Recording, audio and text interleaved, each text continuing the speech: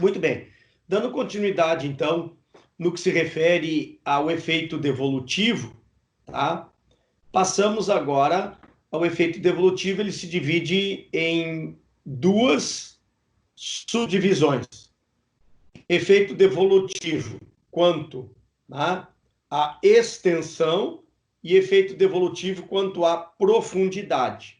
Porque temos que perguntar o seguinte, uma coisa é a quantidade em termos de extensão de cognição que será devolvida para o juiz, qual é a extensão, e outra coisa diferente é qual a profundidade da matéria devolvida, né? Qual a extensão e a profundidade da matéria devolvida. Então, vamos lá.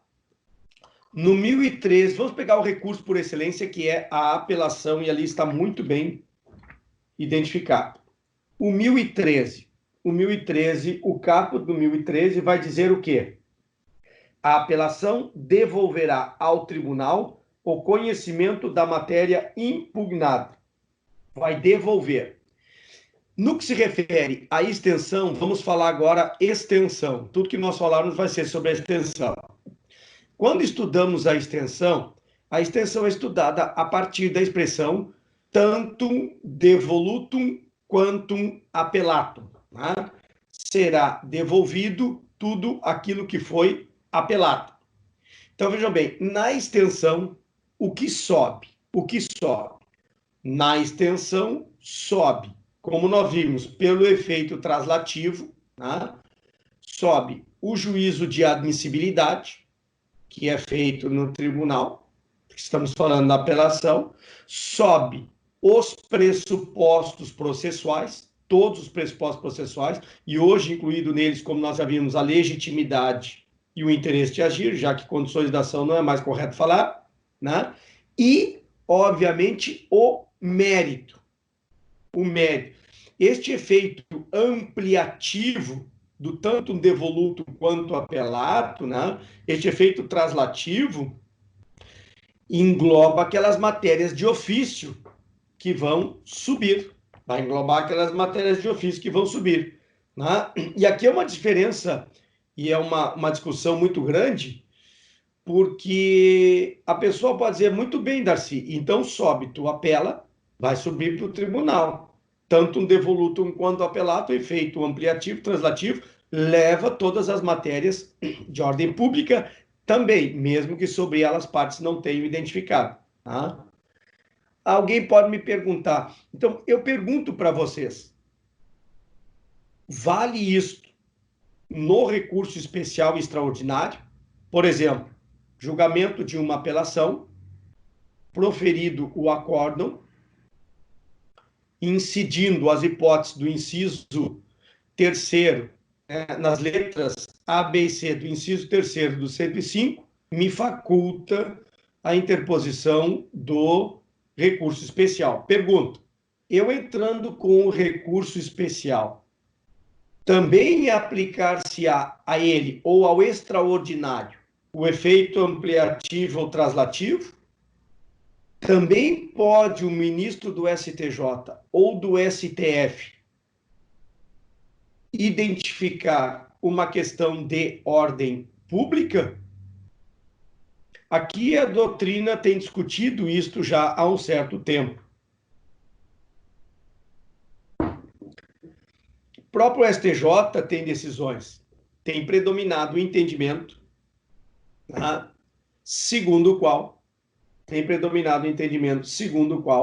não se aplica aos recursos extraordinários, porque o especial e o extraordinário não podem ser albergados por esses princípios, tendo em vista a súmula 282 do Supremo Tribunal Federal, que trata do pré-questionamento. Então, vamos a esta súmula do STF, vou ler para vocês, tá?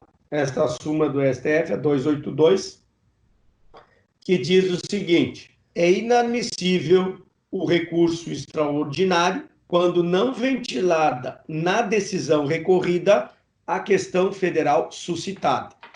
Isto vale tanto para o recurso especial quanto extraordinário. Ou seja, a matéria só pode ser impugnada via especial ou recurso extraordinário se ela já foi anteriormente discutida, ou seja, se ela já foi ventilada, se ela já foi trabalhada no acórdão, o que significa dizer que por esta súmula, nenhuma matéria pode, por vez primeira, ser suscitada no RESP ou no recurso extraordinário. Não importa que ela seja de ordem pública. Não importa. Por quê? Porque mesmo sendo de ordem pública, a súmula incide e esta matéria deveria ter sido discutida pelo tribunal. Pelo tribunal, certo? Muito bem. Feita esta ressalva, vamos identificar o mérito também pode sofrer exceção no que se refere ao tantum devolutum quanto ao apelado. Imagine que a pessoa discuta especificamente na compra e venda se ele deve ou não deve pagar aqueles 5 mil reais. Tá? A parte perde, apela para o tribunal, a que perdeu apela para o tribunal, né? E vai discutir. Por exemplo, a sentença disse que o devedor não tem que pagar ao Darcy. O Darcy se insurge, leva o recurso e diz, não, o devedor tem que pagar, aquela cláusula é muito clara. O juiz não soube interpretar aquela cláusula. Existe doutrina, existe jurisprudência que albergam a minha pretensão, certo? Isto é mérito. No momento que eu levo isso para o tribunal, o mérito também pode sofrer exceção. Por quê? Porque, em que pese nenhuma das partes ter ventilado dentro da apelação ou nas contrarrazões da apelação, ninguém ventilou, o tribunal está habilitado a, de ofício, se manifestar sobre prescrição e decadência. Olhem o parágrafo único do 487. Vejam bem que o 487 é uma sentença definitiva, porque haverá resolução de mérito. É uma sentença definitiva, né? Então é mérito. Olha o parágrafo único. Ressalvada a hipótese do parágrafo 1º do artigo 332, tá? Qual é a hipótese do parágrafo 1º do 332? O juiz também pode julgar liminarmente improcedente o pedido se verificar desde logo a ocorrência de decadência ou prescrição. Ressalvada essa hipótese, a prescrição e a decadência não serão reconhecidas sem que antes seja dada a oportunidade às partes de se manifestarem. O que está dizendo o legislador? O legislador está dizendo o seguinte, olha, o tribunal aplica aqui o iura novi curia, tá? Quer dizer, do artigo 3º da Lei de Introdução às Normas do Direito Brasileiro, que ninguém pode se excusar de cumprir a lei alegando o seu desconhecimento. Então, o tribunal, através do iura novi curia, vai utilizar, sobe a questão relacionada à prescrição e decadência. Porque, como nós vimos, prescrição e decadência está lá, ó. 487, haverá resolução de mérito quando? Tá? Inciso 2º, decidir de ofício, questão de mérito para decidir de ofício, ou a requerimento, sobre a ocorrência de decadência ou prescrição. Então, sobre esta questão de mérito, excepcionalmente, sendo mérito, o tribunal pode agir de ofício. Porque a regra geral é que sobre o mérito o tribunal não possa agir de ofício. Mas nesta hipótese pode por determinação legal. A única ressalva, como vimos no parágrafo único, é a seguinte, tu pode agir de ofício sobre prescrição e decadência, mesmo que isso não esteja contido no mérito do recurso. Não está ventilado no recurso. Mas como faz parte do mérito da causa, o tribunal pode, através do iura nova et curia, agir de ofício, com uma ressalva. Ele terá que aplicar o artigo 10, que é o contraditório, ou seja, ele não poderá, antes de decidir se há prescrição ou decadência, deixar de ouvir as partes. Isto nós podemos combinar lá com o artigo 933 do CPC, que diz o seguinte: se o relator constatar a ocorrência de fato superveniente à decisão recorrida ou a existência de questão apreciável de ofício, olha aqui, ainda não examinada, que devam ser consideradas no julgamento do recurso, intimará as partes para que se manifestem no prazo de 5 dias. Então, está aplicando ao parágrafo único do 487, prescrição e decadência, o artigo 933 combinado com o artigo 10. Tá? Então, vejam que ninguém na apelação discutiu prescrição e decadência. Mas isto é mérito. Não sobe pelo efeito translativo, ampliativo. Sobe pelo próprio devolutivo, tanto um devolutum quanto apelado. Todo mérito sobe. Mas existem excepcionalmente questões de mérito com as quais o juiz pode agir de ofício. Por expressa disposição do inciso 2º do 487, estas, prescrição e decadência, é uma delas. Sempre com a ressalva de ouvir antes as partes, para evitar uma decisão surpresa. Certo? Isto, então, o efeito devolutivo na extensão tanto devolutum quanto apelatum. Tá? Vamos para profundidade. Efeito devolutivo, profundidade. Na profundidade, nós temos que voltar agora lá para o 1013. Tá? Lá para o 1013, porque vamos encontrar as respostas no que se refere à profundidade nos parágrafos 1º, 2º e 3º do 1013. Os parágrafos 1º, 2º e 3º tratam, tá, do efeito devolutivo em profundidade, não mais em extensão. Muito bem, vamos analisar cada um deles. Primeira coisa que interessa dizer aqui é que em sede recursal, tá, é proibido a reformatio in pegis. É proibida a reformatio in pegis e a inovação em sede de recurso, salvo a hipótese do 1014. Tá? Vou trabalhar com vocês. Vamos por parte. Muito bem.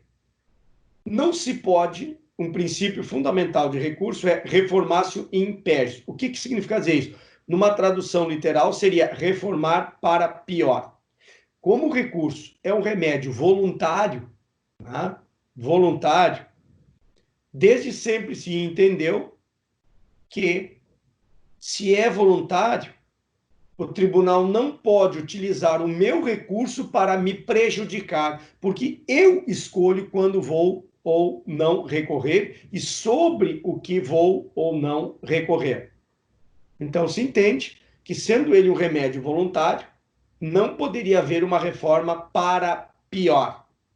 Então, se eu peço 10 mil reais, o tribunal me dá 5. O tribunal me dá 5. Eu, Darcy, tive um prejuízo de 6 a 10, que eu deixei de ganhar. A parte contrária teve um prejuízo de 0 a 5, que terá que pagar. Então, houve sucumbência recíproca. Mas imagine o seguinte, só eu, Darcy, a parte contrária diz, bom, pagar 5 mil para mim saiu barato. Não vou recorrer, não me interessa. Isto foi barato. Não quero me insurgir. Certo? Não vamos recorrer. Aquele que pediu 10 e ganhou só 5, diz, não, mas eu tenho direito a 10. eu vou recorrer. Então, só ele recorre. Ele vai recorrer para dizer que quer de 6 a 10. Então, o máximo que pode acontecer é o tribunal dizer o seguinte, ao julgar o mérito do recurso dele, dizer, olha, eu vou improver o teu recurso. Tu não tens razão de ganhar acima de 5. É o máximo. É o máximo. Mantém-se os 5, porque a parte contrária não recorreu, mantém-se os 5, e eu não ganho de 6 a 10. Mas não pode, nesta hipótese que eu dei para vocês, não pode o tribunal dizer o seguinte, olha, como o Darcy recorreu pedindo de 6 a 10, eu analisando o processo, porque ele subiu para mim, eu entendo que ele não tem direito nem aos 5. Não pode o tribunal dizer o seguinte, além dele não receber de 6 a 10, ele vai perder os 5. Não pode reformar para pior. Qual é a única exceção? Vamos lá. 1014. O que diz o 1014? Quando, 1014, as questões de fato não propostas no juízo inferior poderão ser suscitadas na apelação se a parte provar que deixou de fazê-lo por motivo de força maior. Tá? Certo? Então, vejam bem. Eu, na apelação, posso dizer, olha, seu juiz, eu estou inovando, porque um princípio fundamental, junto com a reforma império, em sede de recurso, eu não posso inovar. Ou seja, eu não posso trazer nenhuma questão fática, porque a questão jurídica, o juiz pode agir de ofício. Obviamente, quando eu falo em inovação ou reformar império, eu estou falando de mérito, né? Direito material. Então, eu não posso inovar, eu não posso, numa apelação, introduzir, né, o dano moral que não existia em primeiro grau. Eu não posso trazer um lucro cessante que eu não pedi em primeiro grau. Tá? Eu não posso inovar. O recurso tem que trabalhar. Eu não posso apresentar provas novas, por exemplo, em sede recursal. A única hipótese é a do 1014. É se eu provar que não pude deduzir por questão de força maior. Tá? Imagine agora, em época de pandemia, em que a parte precise de determinados documentos da empresa para poder dar continuidade, está perto da prescrição. Então, olha, tecnicamente eu demando, faço a minha demanda, etc e tal, e vamos imaginar que a demanda, essa pandemia dure, e aí depois, quando o juiz dá a sentença, a empresa vai lá e diz, olha, agora terminou a pandemia, vamos fazer a reunião, eu posso pegar esses documentos, e ela me traz alguns documentos, e aí eu vou dizer, olha, seu juiz, agora na apelação eu vou ter que acrescentar este argumento fático, essa situação fática. Por quê? Porque tendo em vista essa questão de força maior, e a pandemia é considerada uma questão de força maior, não vou discutir nem se a questão de caso fortuito ou de força maior aqui, a diferença, etc e tal, mas aí sim, mas aí uma situação excepcional que compete ao advogado que quer inovar, compete ao advogado que quer inovar fazer a prova do caso fortuito. Melhor, da força maior, não do caso fortuito, da força maior, desculpa. A força maior é aquele evento que eu não podia contar. Não é, por exemplo, a parte, eu cheguei atrasado a uma audiência, doutor, o trânsito está hoje muito pior do que eu imaginava. Isso não é força maior, porque força maior é toda a questão imprevisível. Trânsito, essas coisas, é tudo previsível. Certo? A pessoa estava indo para o fórum, de repente cai um raio no carro dele. Um raio, sim. Isso é imprevisível que vai cair um raio no carro. da pessoa e ele teve problema seríssimo, foi para o hospital, ambulância, bom, aí ele vai justificar. E isto sim é uma força maior. Tá? Não era previsível que ia cair um raio no carro. Certo? Voltando ao 1013, para analisar a questão da profundidade. Parágrafo primeiro. Parágrafo primeiro. Tá? Enquanto o caput do 1013 trata da extensão, os parágrafos tratam da profundidade do devolutivo. Certo? Vamos ao primeiro. Tá? Outra coisa só que nós temos que ver aqui na extensão é que, se houver o julgamento antecipado do mérito, o tribunal não poderá ir adiante. Tá? Não poderá ir adiante. Por quê? Porque se nós olharmos lá no julgamento antecipado do mérito, tá? Pegar o julgamento antecipado parcial do mérito, porque ali no julgamento antecipado parcial a decisão é interlocutória. E se houver o julgamento antecipado normal, como eu falei ontem, o tribunal também não poderá ir adiante, por quê? Porque ele não tem elementos. Imagine se o tribunal aplica o 335. Tá? O juiz entende que é um julgamento antecipado. Obviamente, ele não vai instruir o processo. Se o tribunal entende que o argumento que o juiz utilizou para o julgamento antecipado não se sustenta, não é caso de julgamento antecipado, o tribunal não pode dar continuidade na análise do mérito, porque lhe faltará subsídios. Não há como fazer isso aí. Certo? Muito bem, vamos analisar ali as hipóteses do 1013. Primeiro, serão, porém, parágrafo 1º do 1013, serão, porém, objeto de apreciação e julgamento pelo tribunal todas as questões suscitadas e discutidas no processo, ainda que não tenham sido solucionadas, desde que relativas ao capítulo impugnado. Né? Tradução. O que está dizendo aqui? Está dizendo o seguinte, que vão ser objeto, que será objeto, tá?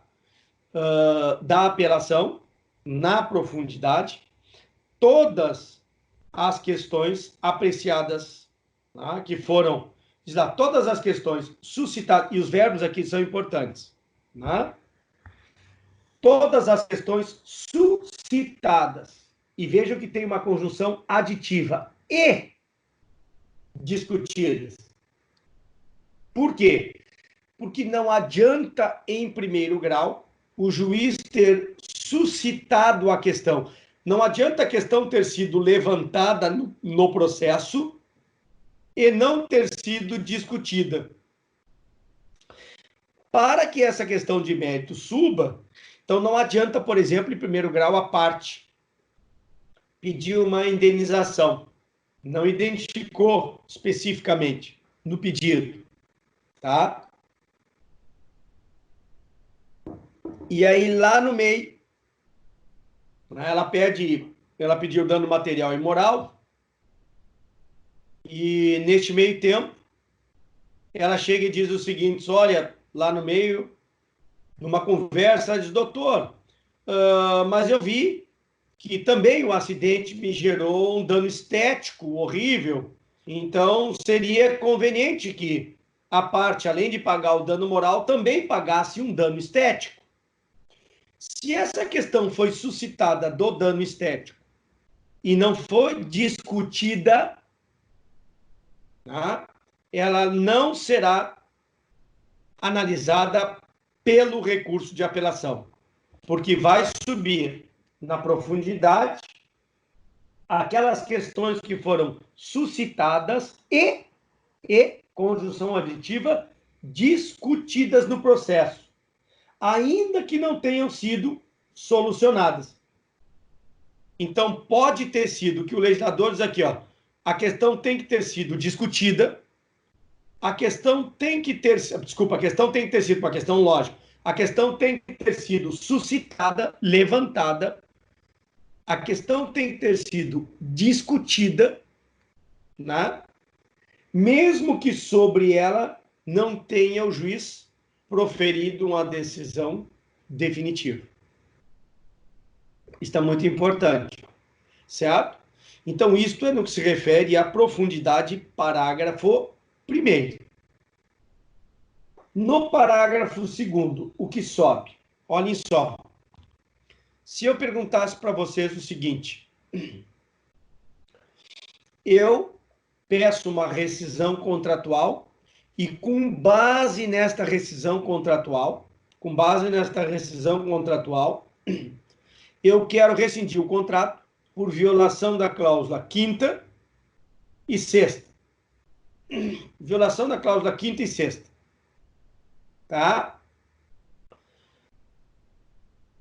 Ultrapassado o prazo, produção de prova, o juiz profere uma decisão, uma sentença. O juiz profere uma sentença. Ao proferir esta sentença, tá? Ele, ao proferir esta sentença, a parte recorre. Então, ele diz o seguinte, olha, rescindo o contrato, realmente porque houve violação da cláusula 5ª, mas não se manifesta sobre a cláusula 6ª, só sobre a 5ª. Né? Obviamente, a parte que perdeu vai dizer, olha, esse contrato não deveria ser rescindido, porque a cláusula 5ª não diz isto que o juiz diz. A cláusula 5ª diz isto, e vai trabalhar a cláusula 5ª. Muito bem. E o recurso sobe. O tribunal, a pergunta é, a cláusula 6ª, que não foi decidida ali pelo tribunal, tá? Ela sobe ou não? Porque, vejam bem, porque se o tribunal entende, vamos imaginar, vou dar um exemplo concreto, se eu aplicasse na prova. Um exemplo concreto, todo mundo discute a cláusula 5ª, porque o juiz rescinde com base na cláusula 5ª, a apelação leva a cláusula 5ª para o tribunal, aí o tribunal diz o seguinte, não, este contrato não pode ser rescindido pela cláusula 5ª, não pode, mas pode ser rescindido pela cláusula 6ª, pode ser rescindido pela 6ª. Pergunto, age corretamente o tribunal que, afastando a cláusula 5ª, que foi a cláusula objeto da apelação, tá? Pode o tribunal, afastando a cláusula 5ª, de ofício, julgar com base na cláusula 6ª? A resposta está no parágrafo 2º. Olha o que diz o parágrafo 2º. Quando o pedido à defesa tiver mais de um fundamento e o juiz acolher apenas um deles, a apelação devolverá ao tribunal o conhecimento dos demais. Devolve ao tribunal o conhecimento dos demais. Certo? Então, imagine a pessoa que impugna somente um, discute aquilo ali, poderia perguntar, a parte poderia. Então, por exemplo, o juiz discute só na cláusula 5ª, não tocou na cláusula 6ª. A parte entra com embargos declaratórios para que o juiz se manifeste sobre a cláusula 6ª. Os juízes não vão me manifestar sobre a cláusula 6ª. Poderia a parte entrar com recurso autônomo para levar a cláusula 6ª para o tribunal? Se ele fizesse isso, o que o tribunal diria? Não tem interesse recursal. Por que não tem interesse recursal? Porque tu pode obter este resultado independente do recurso que tu interpôs. Como assim? O tribunal dirá, olha o parágrafo 2º do 1013. Tu não precisa impugnar autonomamente para trazer a cláusula 6ª. Porque a cláusula 6ª, pelo parágrafo 2º do 1013, pelo efeito devolutivo, ela é devolvida automaticamente para o tribunal. Então, tu não tem interesse, tu não precisa recorrer para trazer para cá o que já automaticamente para cá vem. Certo? Esta é a ideia do parágrafo 2º. E o parágrafo 3º? Nós ontem demos uma analisada já no parágrafo 3º, mas vamos aprofundar aqui. O que é o parágrafo 3º? O parágrafo 3º trata da chamada teoria da causa madura. O que é a teoria da causa madura? Teoria da causa madura é a possibilidade do julgador dar continuidade ao julgamento, mesmo que a matéria da continuidade não esteja abrangida pelo recurso. Não esteja abrangida pelo recurso, tá? Vamos ver estas hipóteses, tá? Vou dar um exemplo genérico que eu gosto, que ontem eu já trabalhei, mas eu vou repetir para o pessoal. Imagine a seguinte hipótese. Eu entro com ação e digo, tá? O Pedro me deve 10 mil reais. O juiz cita o Pedro contesta, e em preliminar de contestação alega, eu não tenho legitimidade alguma para responder isso pelo Darcy. Não sou legítimo. Não sou legítimo. Eu entrei com ação em março, o Pedro em junho já contestou, o juiz já deu a sentença em junho. Certo? 3 meses depois, acabou o processo. Ora, eu recorro, porque eu digo, o Pedro tem legitimidade. Vai para o tribunal, a minha apelação, e o tribunal lá entende o seguinte, olha, o Darcy, né, o Pedro tem legitimidade, o recurso do Darcy merece ser provido, o Pedro tem legitimidade. Como a sentença que discute a legitimidade é uma sentença terminativa 485, né, eu, na apelação, vou pedir para anular ou para cassar. Então, o tribunal vai dizer, o Pedro tem legitimidade e não se pode aplicar aqui a teoria da causa madura. Por quê? Porque o juiz não tem elementos nos autos, não existem elementos para continuar o julgamento. Então, ele terá que anular, devolver, porque a decisão foi 3 meses, né, entre a inicial, ele devolve, e diz para o juiz, olha, o Pedro tem legitimidade, instrui o processo. Certo? Segundo exemplo para aplicação da teoria da causa madura. Mesma situação. Eu entro com ação querendo cobrar 10 mil do Pedro e digo, olha, o Pedro me deve 10 mil reais. Tá? O Pedro alega em preliminar ilegitimidade e vem para o mérito e contesta. O juiz não acolhe agora, de plano, ele não acolhe a ilegitimidade. Ele não acolhe. Ele dá continuidade a um processo.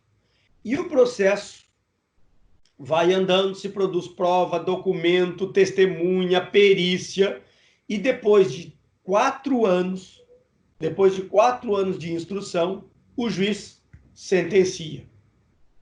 4 anos de instrução, o juiz sentencia. E ao sentenciar, o juiz agora diz, analisando melhor o processo e toda a prova contida nos autos, realmente o Pedro não tem legitimidade. Acolhe a ilegitimidade do Pedro, do polo passivo, extingue o processo sem resolução do mérito, e eu, que não concordo, entro com a apelação, e aqui, se o advogado conhece ou não, ele vai pedir, mas como é sentença terminativa, eu vou pedir a anulação ou a cassação, a invalidação.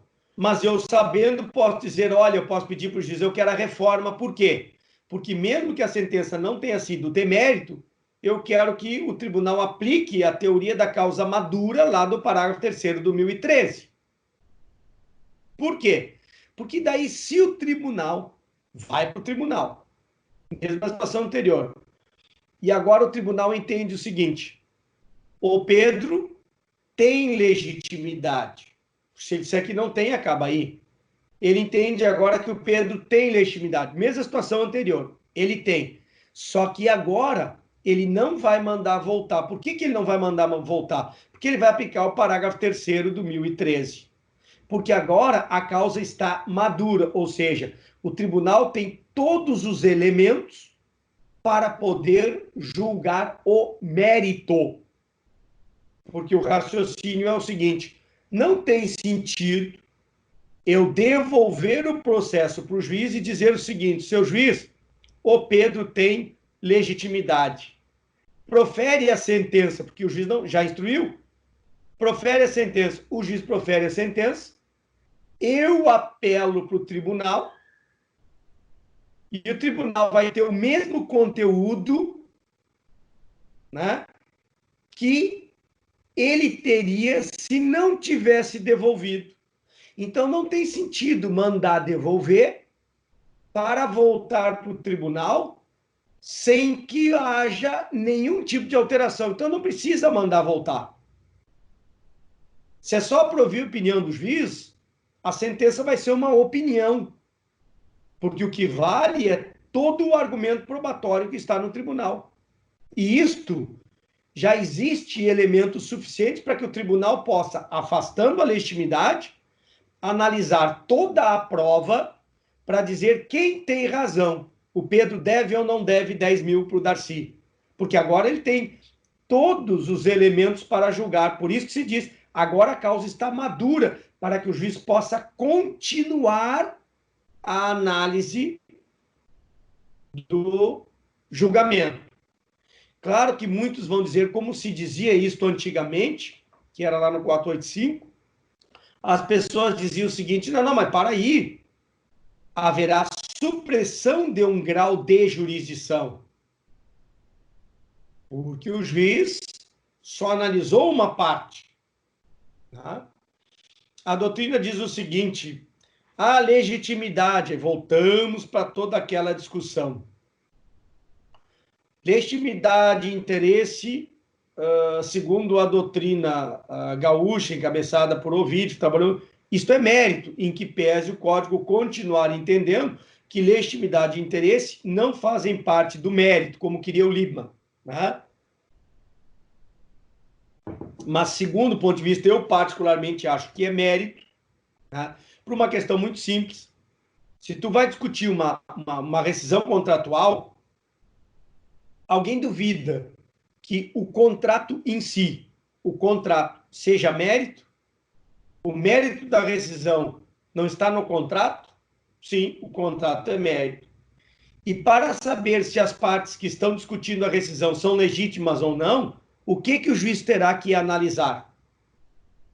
A cláusula do contrato, que coloca contratante, contratado, locador, locatário. Ele vai ter que olhar o contrato. Olha, e quando ele olha o contrato, ele está olhando o mérito. Está olhando o mérito. Tá?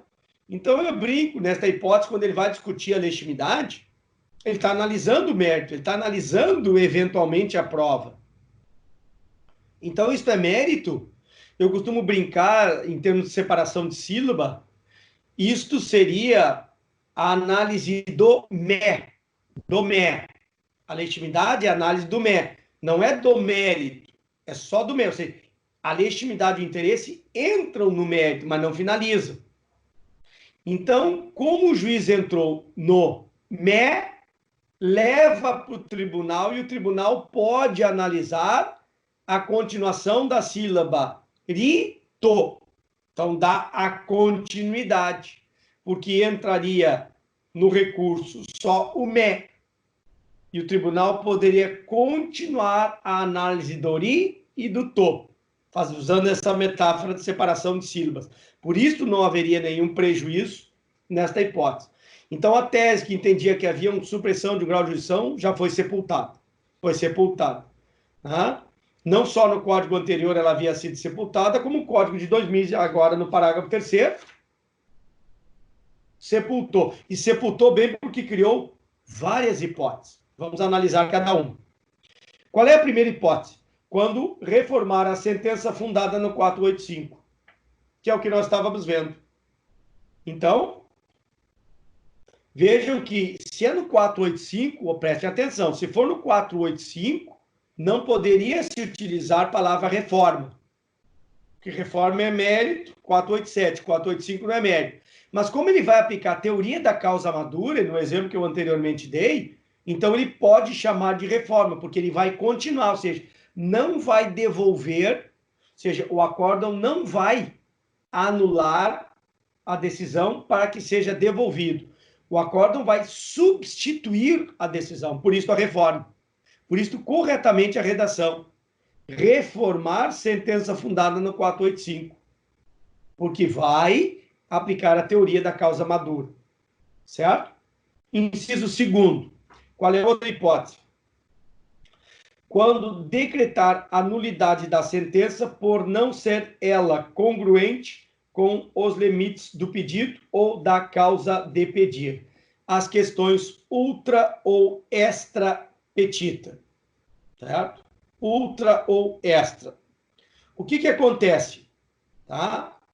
Se uma decisão é... Porque você sabe que as sentenças uma sentença pode apresentar vícios. Esses vícios de uma sentença podem ser de 3 naturezas. Nós já vimos lá na aula de sentença. Pode ser citra ou infra, quando o juiz dá abaixo do que a parte foi pedido. Uma sentença pode ser citra, extra petita. Extra quer dizer fora do pedido. Ou o juiz profere uma sentença ultra petita. Ele dá além do pedido. Então, o juiz não pode dar nem além, nem aquém e nem fora. Pela congruência, ele tem que se manter dentro dos limites. Então, veja bem, na hipótese de uma sentença ultra petita, que ele dá a mais, certo? Então, a parte pede 10 e ele entende que é 12, então ele dá além. O que acontece? Numa sentença ultra petita, a sentença do juiz é nula. É nulo, mas ela é nula, né, porque não é congruente com o pedido. O que significa isso? Desculpa. O que significa isso? Isto significa que a nulidade é no excesso. Ela não é nula do 0 ao 10. Ela é nula do 10 ao 12, que não faz parte do pedido. Então, ela é nula, mas o tribunal, aplicando a teoria da causa madura, pode julgar a correção de 0 a 10. Certo? Ele só desconsidera o excesso. A mesma coisa na extra petita. Se tu pede só dano material e ele dá dano moral de ofício, a sentença é nula. Mas ela é nula no extra petita, no que foi fora. Então, o tribunal decreta a nulidade da sentença, mas pela teoria da causa madura, ele analisa, né, aquela parte congruente. É isso que diz o inciso segundo. Né? E o inciso terceiro. Quando constatar omissão no exame de um dos pedidos, hipótese em que se poderá julgá-lo. Então, claro, quando o juiz dá, quando há omissão, tá? A omissão pode ser aqui no caso de citra ou infra. Ele dá abaixo. Eu faço 3 pedidos, dano material e moral. O juiz analisa só o dano material. Não analisou o dano moral. Então, ele deu abaixo do meu pedido. Eu fiz 2, ele analisou 1. Claro que o correto seria entrar com embargos declaratórios para forçar o juiz a se manifestar sobre o pedido que ele não se manifestou. Mas se o advogado não entra com embargos declaratórios para que o juiz supra esta omissão, tá? E vai para o tribunal pode analisar, né, aquela questão que o juiz deixou de analisar em primeiro grau. Então, leva também para o tribunal, ele vai aplicar a teoria da causa madura, aquele dano moral que foi instruído durante anos, né, mas sobre ele o juiz não se pronunciou. Então, tecnicamente aqui, a sentença citra ou infrapetita não é tecnicamente uma sentença nula. Tá? Ela é uma sentença viciada, mas não é nula. E o inciso 4 também pode condenar quando decretar a nulidade de sentença por falta de fundamentação. Vocês sabem hoje que pelo 485, desculpa, pelo 489, tá? Lá no parágrafo 1º, estabelece quando uma sentença é fundamentada. Então, diz lá o parágrafo 1º, não se considera fundamentada qualquer decisão judicial, seja interlocutória, sentença ou acórdão, que, por exemplo, entre as hipóteses, inciso 4, não enfrentar todos os argumentos deduzidos no processo capazes de, em tese, infirmarem a conclusão pelo julgador. Tá? Que é a hipótese do inciso 4. Vou dar um exemplo que ocorreu comigo. Eu tive uma situação em que o tribunal, tá? O juiz de primeiro grau, ele julgou a questão, mas a fundamentação foi péssima. Eu havia juntado 130, me lembro até hoje, 139 documentos para responsabilizar um escritório de advocacia, né, por má prestação do seu contrato de honorário, de serviços advocatícios. Tá? E o juiz proferiu uma sentença de 1,5 páginas.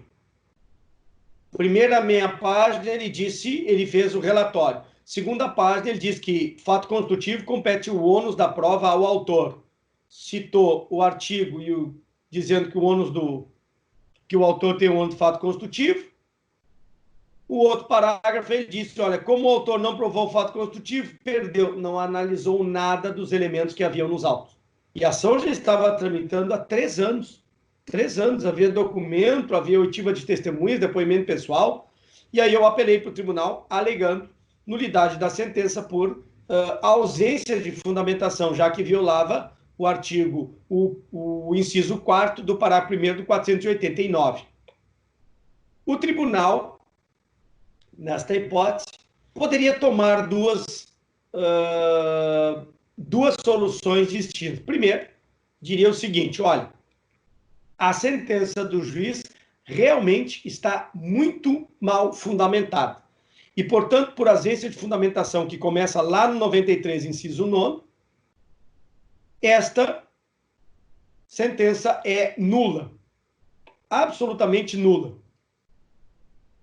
Nesta hipótese, poderia o tribunal aplicar o inciso 4º do 1013 e, sendo todos os elementos, continuar a análise para dizer, olha, a sentença é nula por falta de fundamentação, mas vou aplicar a teoria da causa madura, tem todos os elementos para proferir uma decisão de mérito. Poderia fazer isso e lavrar o acórdão, e o acórdão substituiria aquela sentença nula. Tá? No caso concreto, o tribunal preferiu não aplicar a teoria da causa madura e disse o seguinte, olha, a sentença do juiz é nula. E o que fez o tribunal? O tribunal anulou a sentença e, ao invés de aplicar o inciso 4º do parágrafo 3º do 1013, ele mandou devolver para que o juiz proferisse nova sentença. Não aplicou a teoria, não quis aplicar a teoria da causa madura. Certo? E aí foi devolvido para que o juiz, então, proferisse nova sentença. Parágrafo 4º. Quando reformar sentença do mesmo 1013, quando reformar sentença que reconheça decadência ou prescrição, o tribunal, se possível, julgará o mérito, examinando as demais questões, sem determinar o retorno do processo ao juiz de primeiro grau, que foi aquela questão que nós analisamos anteriormente, né? Quando falávamos ali da ideia do tanto devolutum quanto apelatum. Tá?